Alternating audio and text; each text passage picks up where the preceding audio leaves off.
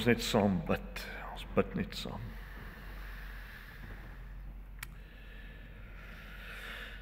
Baie dankie Here vir U wat teenwoordig is hier ook by ons in hierdie diens. Deur U Gees.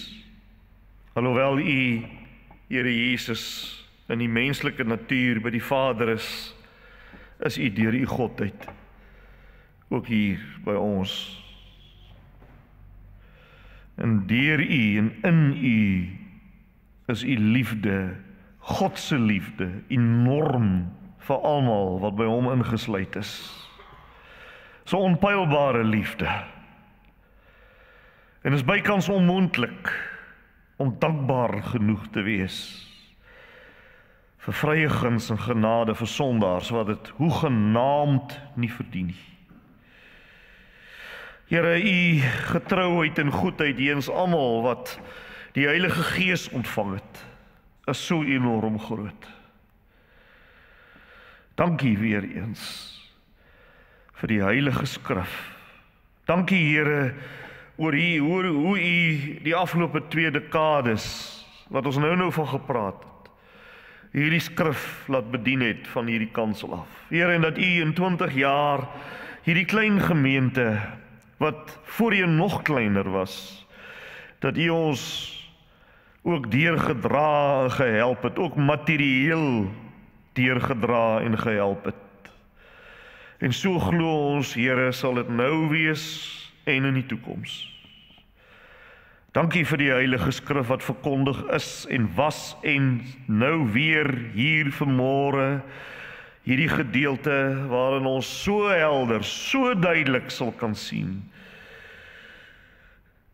hoe U in mense se lewens werk en is so aktueel ook vir ons vandag. Kom dan tog weer andermal. Kom onderrig ons, praat, werk met ons na 'n besige week. Help ons Here om 'n vermoë te hê om te luister. Al is dit dieselfde spreker wat ons gewoond is, dieselfde inhoud wat ons gewoond is, dieselfde boek wat ons gewoond is, dieselfde liturgie wat ons gewoond is. Alles is dieselfde. En in ons menslike natuur sal ons eerder nou en dan nie hier wil wees nie, maar vandag is ons. In ons menslike natuur sal ons wil afsluit, afskakel, omdat alles so oorbekend is. Maar ons bid U hulp. Mag ons harte wees, Here, soos in die gelykenis van die saaier, deur die 4de soort grond, wat daar beskryf word, die goeie grond waar die saad val en ontkiem en opkom en wonderlike vrug oplewer. Geen onkruid wat verstik, dorings en distels wat verstik, voëls wat die saad oppik nie. Nie dat die sorge van die lewe of die verleiding van dit of dat in die wêreld die saad versmoor en onvrugbaar maak nie, maar deur U genade goeie grond te wees. Amen. Kom ons gaan voort by Matteus Evangelie. Net daar waar ons gestop het verlede week. Ons lees net rustig daar voort en dis by vers 13 van hoofstuk 2. Vers nommer 13 van Matteus 2 in hierdie reeks oor Matteus waarmee ons besig is. So ons lees 13 en dan gaan ons af na die einde van die hoofstuk toe vandag. Volgende Sondag as die Here wil praat ons oor Johannes die Doper. En die Sondag daarna, ek meen dit is op Hervormingssondag, dan gaan ons praat oor Johannes se doop. En so sal ons aangaan, die versoekings in die woestyn, en dan sal ons seker by hoofstuk 4 eers weer stop. So kom ons lees dan hier by vers 13. Nadat hulle vertrek het, dis die wyse manne, het daar 'n engel van die Here in 'n droom aan Josef verskyn en gesê: "Staan op, neem die kindjie en sy moeder en vlug na Egipte toe. En bly daar totdat ek vir jou sê om terug te kom, want Herodes is van plan om die kindjie te soek en hom dood te maak." Josef het toe opgestaan en in die nag die kindjie en sy moeder geneem en na Egipte toe vertrek en daar gebly tot by die dood van Herodes. Soos vervul wat die Here deur 'n profeet gesê het, en dis Hosea: "Uit Egipte het ek my seun geroep." Hosea 11 vers 1. Toe Herodes agterkom dat die sterrekykers hom in die steek gelaat het, het hy woedend geword. Hy stuur sy soldate en laat in Bethlehem die hele omgewing van Bethlehem al die seentjies van 2 jaar en jonger doodmaak. Ooreenkomstig die tyd wat hy noukeurig by die sterrekykers uitgevra het.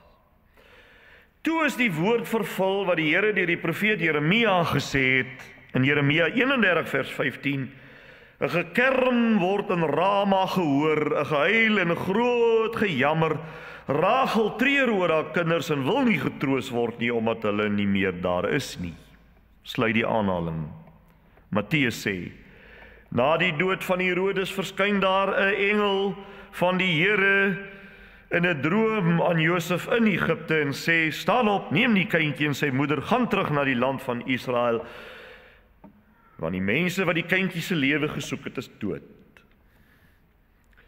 Josef het toe opgestaan, die kindjie en sy moeder geneem en na die land Israel toe teruggegaan. Toe hy egter verneem dat Archelaus in die plek van sy vader Herodes oor Judea regeer, was Josef bang om daarheen te gaan.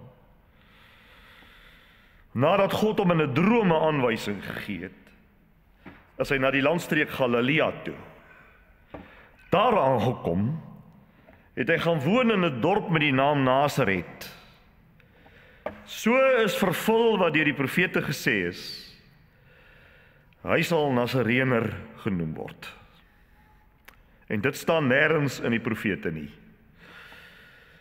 So ons sal dit moet oplos vanoggend. Wat bedoel hy dan? Ons lees tot sover saam uit die Here se woord.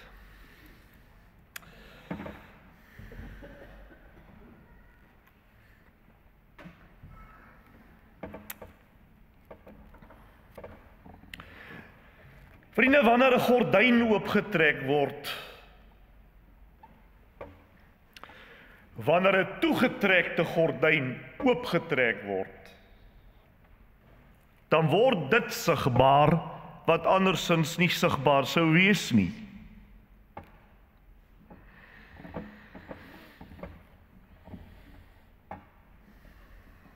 En dis wat met die begrip openbaring bedoel word. Ons gebruik baie die begrip van die kansel af. En ek verwys nie nou na die boek aan die einde van die Bybel nie. Ek praat van die woord openbaring soos in bekendmaking.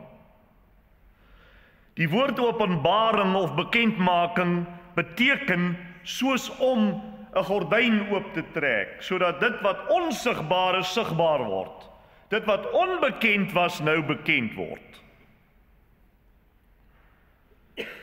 Nou hierdie oorbekende gedeelte wat ons vanmôre gelees het in Matteus 2:13 tot 23, al die bekende detail daar, die vlug na Egipte, die wreedheid van Herodes, die smarte van die moeders, wie se kinders vermoor is, die terugkeer uit Egipte na Nasaret, al hierdie bekende fasette van hierdie paragraaf, dit alles is op 'n manier 'n gordyn wat weggeskuif word. Want Matteus lees onder leiding van die Heilige Gees, lees hy die Ou Testament, en jy sal sien hierdie hele paragraaf is geskoei op die Ou Testament. Hy lees dit in 'n nuwe lig, nie net histories nie, dit ook, maar veral ook Messiaans kom van die woord Messias.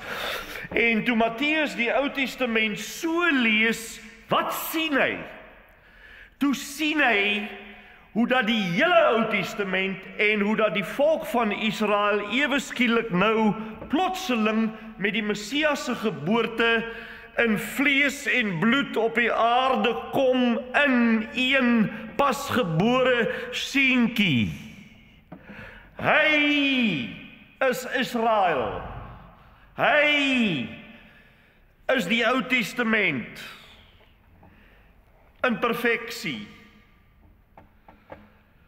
In die Ou Testamentiese tydvak was daar baie gebeurtenisse en daar was baie figure, maar met eens is Jesus die pasgeborene, al daardie gebeurtenisse, al daardie figure, alles op een slag in homself, in vlees en bloed, alles is nuut in hierdie seentjie.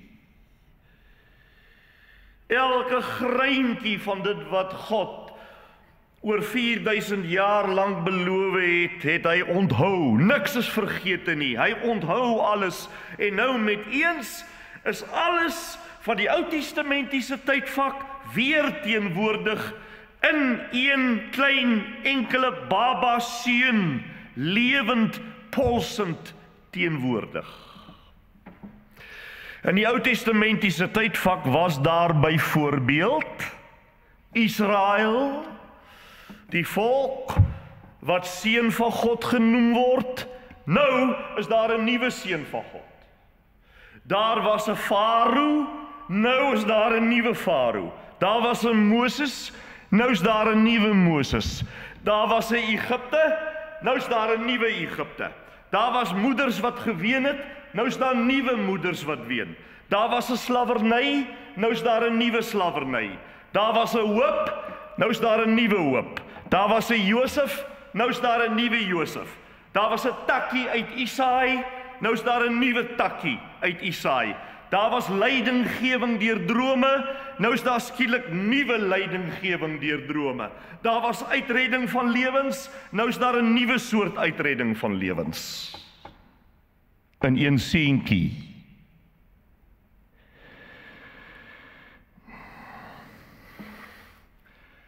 Die Messias Jesus Christus is dit alles in vlees en bloed. Vriende, die Bybel is nie 'n losse versameling van onsamehangende verhale nie, nee. Die Bybel is een groot verhaal van God se genade in Christus Jesus, wat soos 'n legkaart met presiesheid in mekaar pas. As jy hierdie boek in jou hande neem, dan neem jy 'n wondergeskrif in jou hande. En ook hierdie spesifieke gedeelte wat ons vanmôre bestudeer in Matteus hoofstuk 2, laat ons sien hoe dat die eerste persoon van die drie-enige Godheid, die tweede persoon van die drie-enige Godheid, deur die werking van die derde persoon van die drie-enige Godheid, beskerm teen die magte van die bose wêreld, soos dit hier vergestel word in die Herodes se moordlus. En hoe dat die eerste persoon van die drie-enige Godheid sy eeuwe-oue belofte woord tot vervulling bring, en hoe die tweede persoon van die drie-enige Godheid die eintlike ware Israel is. Die ware vervulling in vlees en bloed van letterlik alles waarop die Ou Testament vooruitgewys het. Oor 4000 jaar heen. Van die eerste oomblikke van sy aardse lewe af was die Messias, ons geseënde Here Jesus Christus, aan groot gevaar en aan lyding blootgestel. Broer en suster, Satan het reeds van die begin af probeer, hy het sy uiterste probeer om onmiddellik by die geboorte, om die beloofde Christus se muur te vernietig. Want onthou wat God in die moederbelofte gesê het in Genesis 3 vers 15, ek sal vyandskap stel slang tussen jou en die vrou, en tussen jou saad en haar saad, hy sal jou kop vermorsel, en jy sal hom in die hakskeen byt. En die hele geskiedenis van die Bybel is die verhaal van hierdie stryd tussen hierdie twee saade, die saad van die slang en die saad van die vrou. En nou sien ons dit ewe skielik hier in Herodes, sien ons dit manifesteer. Want hy's letterlik 'n instrument in die hand van die slang om hierdie kindjie dood te maak. Soos wat die farao van Egipte eeue tevore die seentjies van Israel wou doodmaak om van Moses ontslae te raak, so wil Herodes nou die kindjie Jesus vernietig. Herodes is dus die nuwe farao. Jy sien die heilsgeskiedenis, nie huil nie, heil. Die heilsgeskiedenis herhaal homself omdat die moederbelofte van Genesis 3:15 dit laat herhaal. Maar elke keer sien ons God is altyd die een wat beskerm en bewaar, want daardie moederbelofte bestuur die geskiedenis. Die heilsgeskiedenis verloop nie maar net volgens 'n rits toevallige gebeurtenisse nie, o nee, dit word aangedryf deur die moederbelofte en deur God se trou. Hoe beskerm God die hemelgebore kind?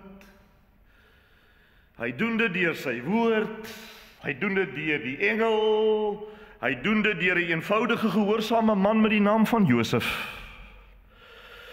En as God so getrou die Here Jesus bewaar het, wil ek vra, hoeveel te meer sal hy nie vir ons wat in Christus is bewaar nie? Met ander woorde, Jesus is Israel. Jesus is die seun van God en Herodes is farao, of beter gestel, Jesus is die nuwe Israel, Jesus is die nuwe seun van God en Herodes is farao. En ek wil vir u vra om 'n paar minute net saam met my stappie vir stappie te kyk net in die teks hoe dit alles uitspeel. Wat ek nou probeer skets het, hoe speel dit uit? Hoe dit uitgespeel in hierdie gedeelte wat ons gelees het? Wel, eerstens staan daar dat Matteus Hosea 11 vers 1 aanhaal en dan sê hy, dit is toe Josef weer en Maria weer terugkom met Jesus uit Egipte uit. Dan haal Matteus vir Hosea 11 vers 1 aan, dan sê hy, dis wat die profeet gesê het, uit Egipte het ek my seun geroep. Maar wanneer Matteus hierdie woorde van Hosea aanhaal, dan verwys hy nie net terug na Israel se uittog uit Egipte onder Moses nie, want dis waaroor dit by Hosea gegaan het.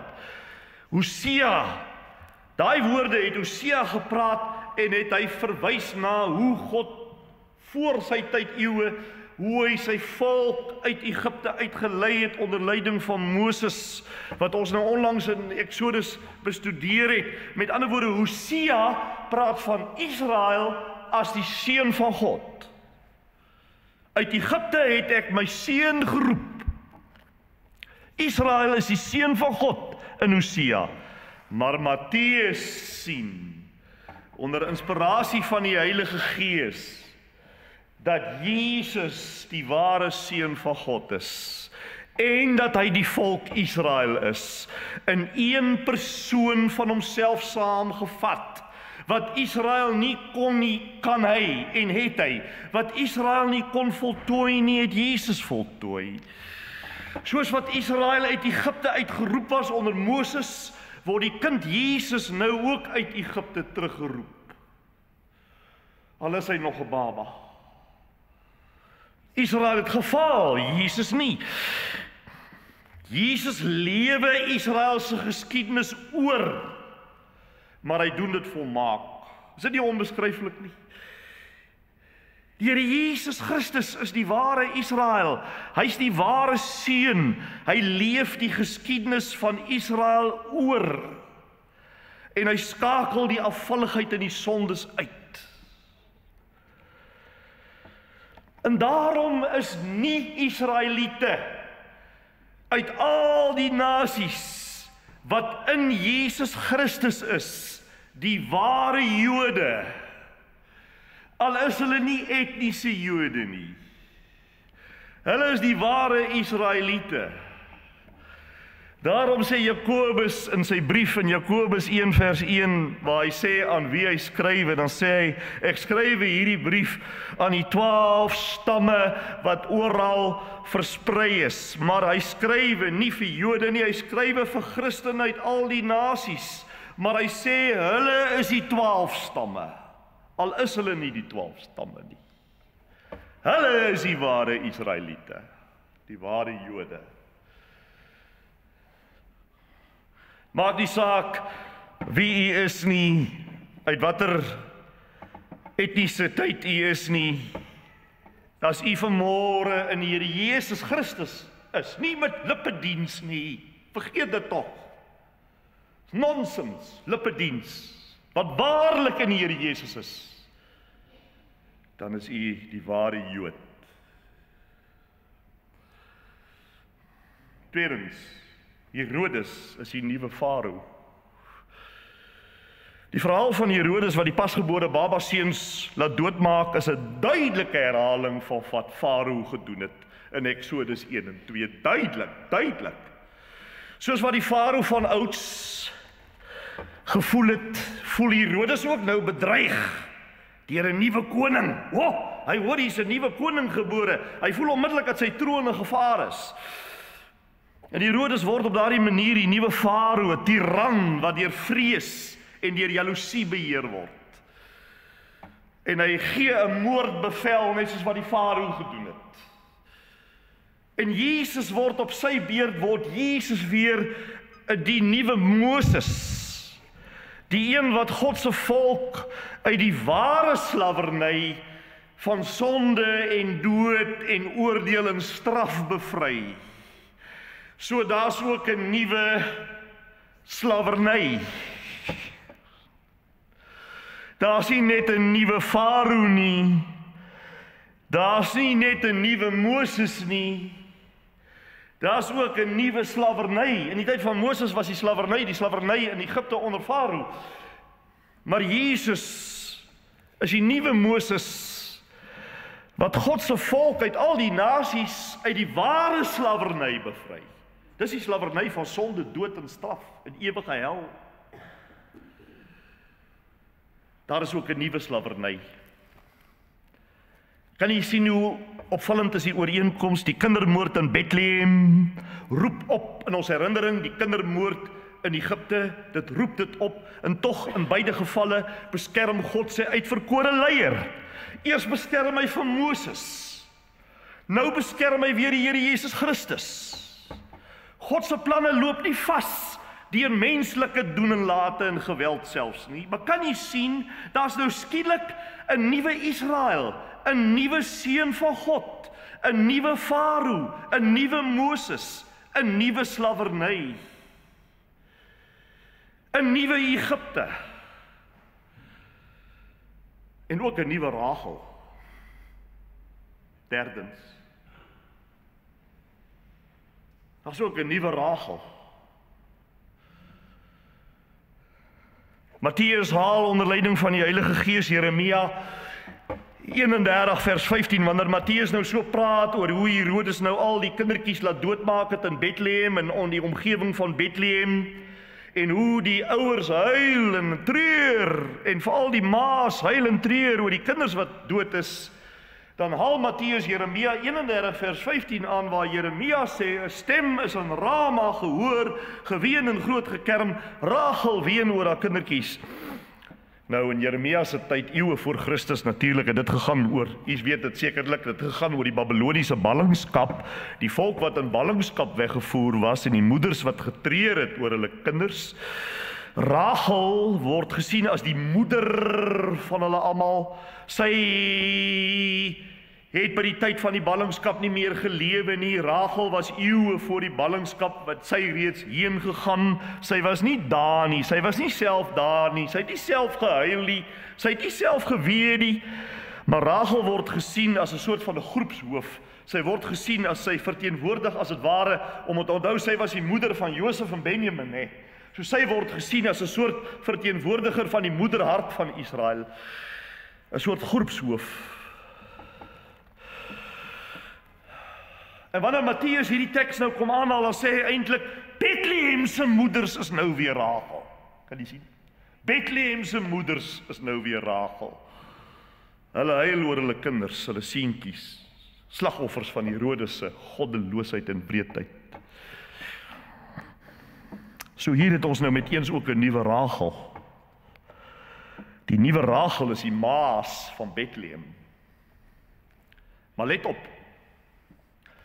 as jy teruggaan na Jeremia se profesie toe in hoofstuk 31 van Jeremia, eeue voor Christus, dan sal jy sien as jy verder lees by Jeremia 31, na hy gepraat het oor die gehuil en getreur, dan praat hy oor 'n belofte van herstel, na die trane, 'n belofte van herstel in verse 16 en 17. Matteus se gebruik van hierdie teks van Jeremia dra dus nie net smart en wanhoop en uitsigloosheid nie, maar ook 'n vaste toekomshoop van 'n herstel. God is teenwoordig in die pyn en deur Jesus bring hy uiteindelik troos en herstel. So sien ons dat daar nou ook 'n nuwe hoop is.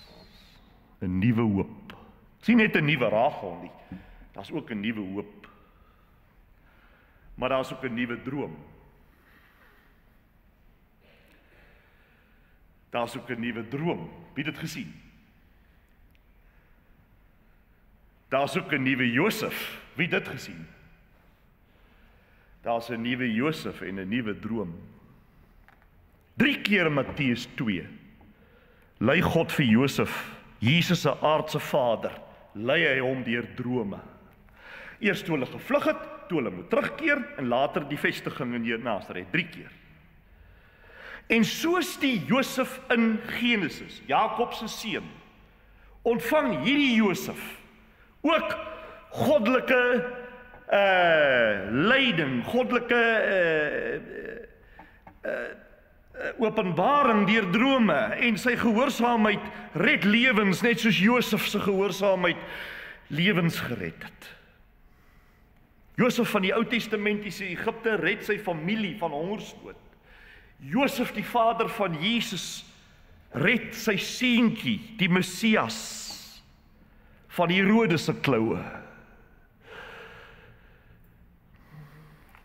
En die boodskap is baie duidelik, en dit is dat God se leiding, nie lang ei nie, leiding, is werklik. Hy werk deur eenvoudige gehoorsame mense, dikwels op 'n stil verborge manier. Niks gebeur per toeval nie. God se hand is in elke beweging in hierdie verhaal, sit God se hand. Maar as jy mooi kyk, dan sal jy sien dat daar 'n nuwe Josef is. Jesus se aardse vader is die nuwe Josef. Daar's 'n nuwe leiding deur 'n droom, 'n nuwe uitredding van lewens. Daar's 3 nuwe goed nog daarbey. 'n Nuwe Josef, 'n nuwe leiding deur 'n droom, 'n nuwe uitredding van lewens. Nie van hongersnood soos in die ou Josef nie, maar die uitredding van die Messias self. Hy word bewaar teen Herodes.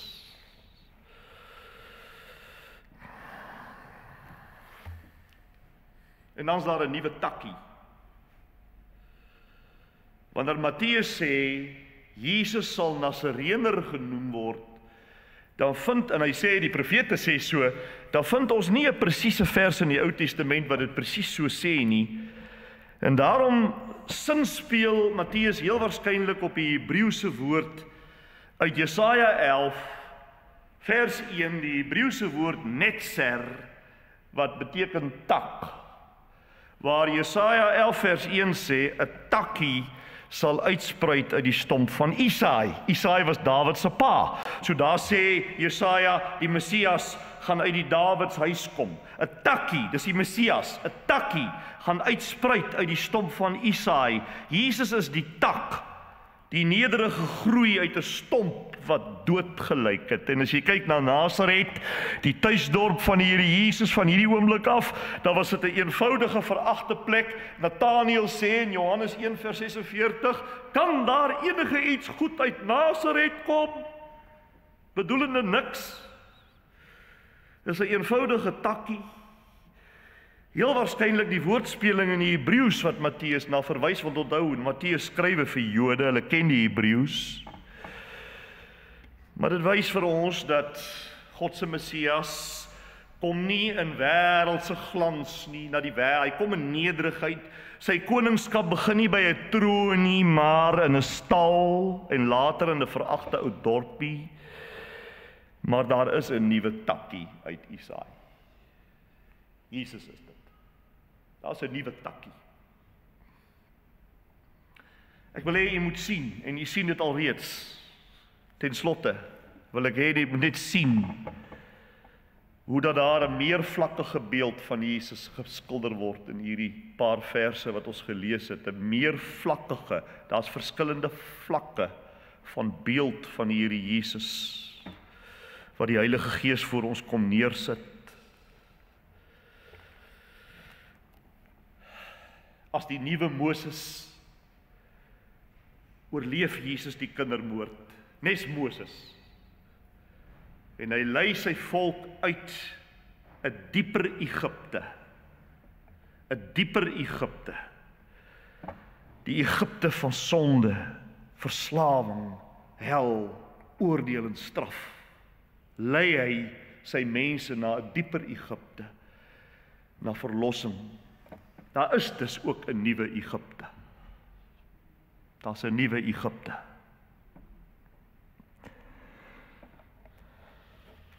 En as die nuwe Josef se aardse pa, is die nuwe Josef, so word die Messias beskerm. En self bring hy geestelike redding en versorging na die wêreld toe.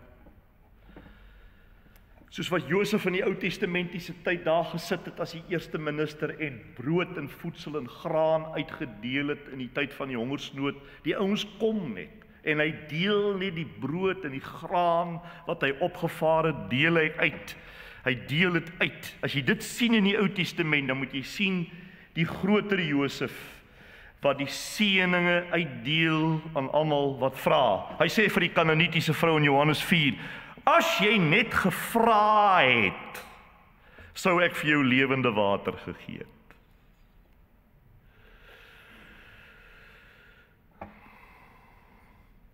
Maar Jesus is ook die ware Israel. Waar Israel geval het, staan Jesus vas. Hy verpersoonlik en vervul Israel se roeping as God se gehoorsame seun. Maar daardie seun het verbrou, het opgemors. Die nuwe seun nie. En hierteenoor staan Herodes. Die aardse koning is 'n simbool van menslike mag, jaloesie, geweld. In die kontras sien 'n mens so duidelik tussen Herodes. Jy sien hoe aardse konings vashou aan hulle trone, maar jy sien hoe God se koning homself gee vir alle gelowiges in die hele wêreld se redding. Dit is heeltemal 'n ander soort koning. Terwyl daardie koning boosheid beplan het en mense huil en ween, die maas veral, is God besig om sy messiaanse plan te laat uitkom en niks kan dit stop nie. Niks kan dit stop nie. Niks. Die trane van Bethlehem se moeders wys vir ons hoe gebroke die wêreld is waarin die Messias gekom het. Dis 'n gebroke wêreld hierdie vriende. Mense hoor dikwels mense sê, wanneer hulle sekere dinge hoor en sien vandag, dan sê hulle, dit is darm verskriklike tye waarin ons nou is. En dit is nie. Dit was nog altyd so. Sosiale media maak dit net baie meer by ons. Maar dit was presies dieselfde, te alle tye.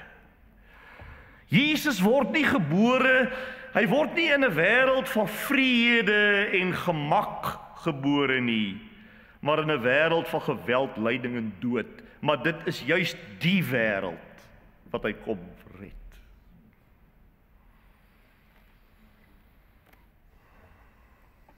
Elke verwysing na die Ou Testament, kyk nou wat het ons alles gesien hè.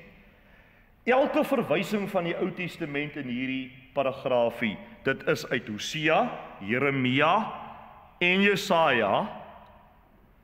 Al daai verwysings uit die Ou Testament sê presies dieselfde ding. Dit sê dieselfde ding en dit is God se pad loop deur pyn, maar dit eindig in vervulling. Wat in Israel begin het, en geflop het, bereik sy hoogtepunt in Jesus Christus.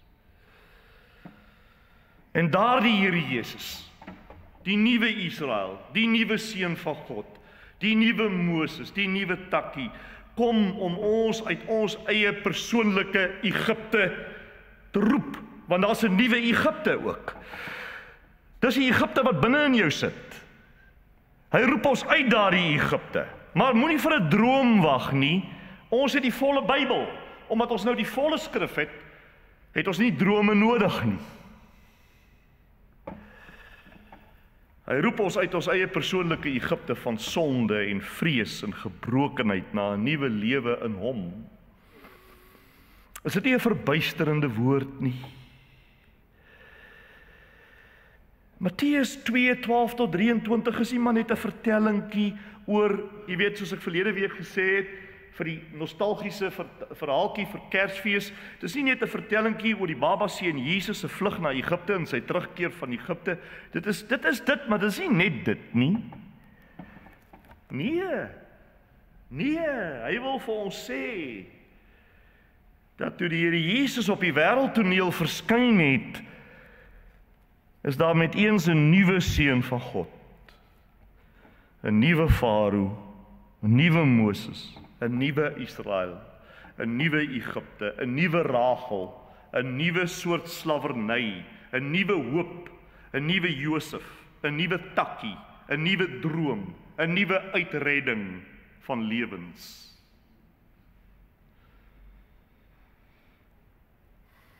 Met ander woorde, daar's 'n absolute godsheerskappy oor alles. Ek het by myself gedink toe ek hierdie woord voorberei het hierdie week, het ek by myself gedink nou, hoe kom dit nou na ons toe? Hoe vat dit nou grond by ons? En ek het nou nog nie die antwoord nie. Ek staan nou hier vanmôre na 'n hele week nog steeds sonder die antwoord. Maar ek dink hierdie gedeelte, kom ek sê vir u en ek los vir u uit en ek praat van myself. Ek dink hierdie gedeelte, en ek praat nou van die kinders van die Here, ek praat nie van alle mense nie, die kinders van die Here. Ek dink hierdie gedeelte sit 'n verskriklike groot 'n stuk vastigheid onder jou voete.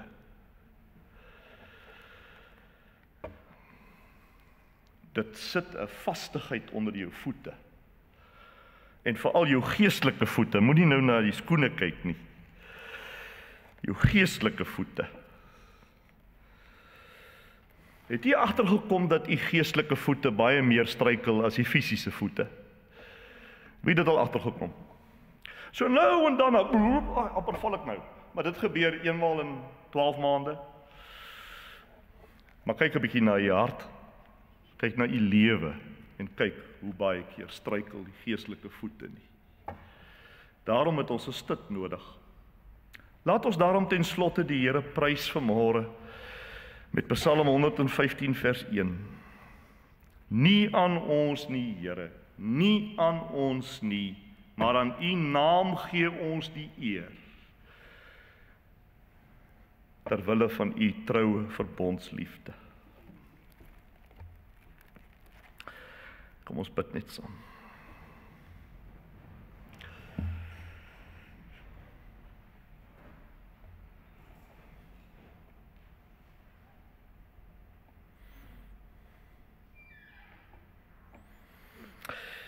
Ons prys u Vader dat u woord vervul is. U woord is vervul.